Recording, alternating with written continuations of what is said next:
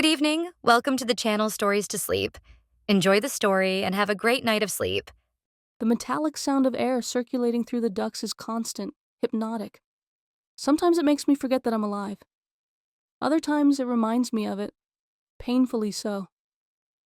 I woke up inside a white compartment, the ceiling flickering with bluish lights, my body heavy, my head throbbing. I didn't know where I was, or who I was. The first thing I saw was the blurred reflection of a girl in a metal screen, eyes lost, face covered in tiny silver spots, like stardust. And then I heard voices. Where did she come from, Doctor? I don't know, sir. The sensors detected extra biological mass during the jump, but there's no boarding record. She just appeared. Captain Holt was a man of solid appearance, as if time had decided not to move forward on him. His gaze was steady, lined with wrinkles of concentration. His uniform was always immaculate, and he kept his hands behind his back when speaking, as if the gesture helped him hold his authority together.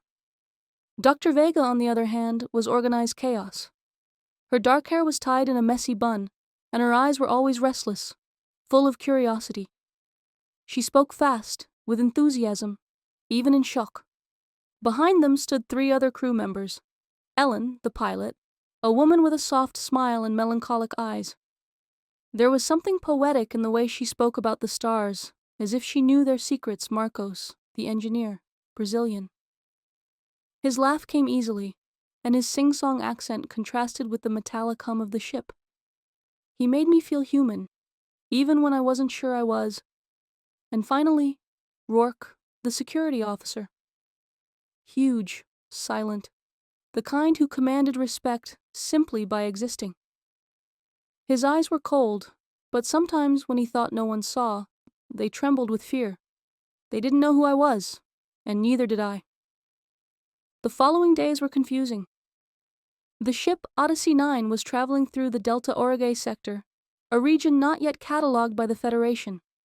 Mission: investigate a gravitational anomaly. Vega kept me under medical observation. She said my tests were strangely normal. No injuries, no records, no origin. Your DNA is human, but there's something more. I didn't feel hunger, slept little.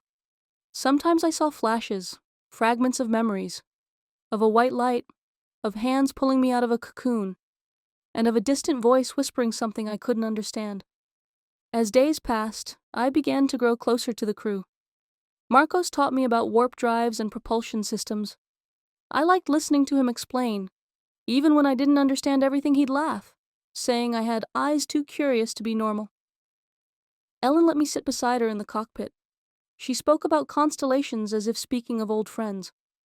You know, when you spend too long in space, you start to think it's looking back at you. I looked too, and sometimes the void did seem to stare back, but everything changed on the 7th day. Marcos was the first to disappear. The alarm went off at 3:47 a.m. Internal cameras showed him leaving the engine room, heading toward the main corridor. Then, nothing. No door openings, no noise, no interference. It was as if he had dissolved into thin air. Vega cried. Rourke locked every cabin.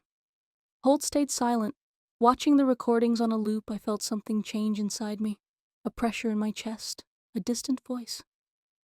That night, I dreamed. I dreamed that I was walking through the ship while everyone slept, and the lights followed me. I saw a reflection in the windows, a distorted silhouette made of light and shadow. I woke up drenched in sweat. The next day, Ellen was gone. No alarm this time, just silence. Her chair in the cockpit was overturned, her communicator on the floor, and a trail of burn marks scorched into the metal. Rourke started talking to himself. He said he heard footsteps behind him, that someone was breathing near his neck when the lights went out. Vega tried to remain calm, but her hands trembled as she examined me. Do you feel different? I lied, said no, but inside me the heat was growing. My body pulsed, as if I had an extra heart beating out of rhythm. 2 days later, the ship malfunctioned. Support systems began to fail, doors locked themselves.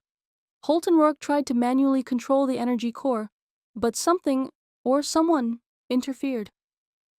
During the night, I heard screams. I ran to the cargo bay and found Rourke, bloodied, floating slowly, eyes open, chest torn as if by an invisible blade. Holt grabbed my shoulders, desperate. If anything happens to me, don't look in the mirror, understand? Don't look. I didn't understand what he meant. Now it was just Vega and me. She avoided leaving me alone, maybe out of fear, maybe out of guilt. We spent hours talking about Earth, about what existed before space. She told me about the sea, said the sound of the waves was like the hum of the engines. For a moment, I forgot the fear. But then came the whisper, soft, inside my mind. A voice that sounded ancient, familiar, like an echo I'd always known. It said, "Wake up, daughter of the stars." The air around me vibrated, the metal floor distorted. My veins glowed beneath my skin, and in the reflection of the glass panel, I saw my eyes, black as space. When I awoke, Vega was dead, and the memories returned. I saw flashes, scientists in silver suits, genetic experiments, a cryogenic chamber. I was the result of an attempt, a hybrid, part human, part something that lived beyond known borders, created to adapt, to understand alien life forms. But the radiation from the gravitational anomaly had awakened what lay dormant within me. When I slept, the other part awoke, and she was perfect, intelligent, lethal, invisible. She erased the traces, deleted the recordings, eliminated witnesses, but she didn't know that I still existed inside her, a weak, fragmented consciousness watching my own crimes. I found Holt injured in the command cabin. He had tried to stop me. He was bleeding but still breathing. I thought I had killed him, but no, he still fought for his life. When he saw me, he finally understood. "I knew from the start," he murmured. "You're the reason this mission exists. They sent you with us to see if it would work." He said that to me with his last breath. I looked at the mirror he was holding, a small pocket mirror. The surface reflected two versions of me, the frightened girl and the creature with cosmic eyes, coexisting in the same body. And at that moment, the final memory hit me. I killed them to protect them. From me. The hybrid within me knew that if the transformation completed, I would cease to be physical. I would become pure energy, a force capable of consuming the entire ship. So each night she took one, isolating the survivors, trying to delay the inevitable collapse. Now I'm alone. The ship drifts silently through deep space. The lights flicker with the dying breath of metal. I record this message for whoever finds the Odyssey 9. My name is Lyra. At least, that's what they used to call me. I didn't want to hurt anyone.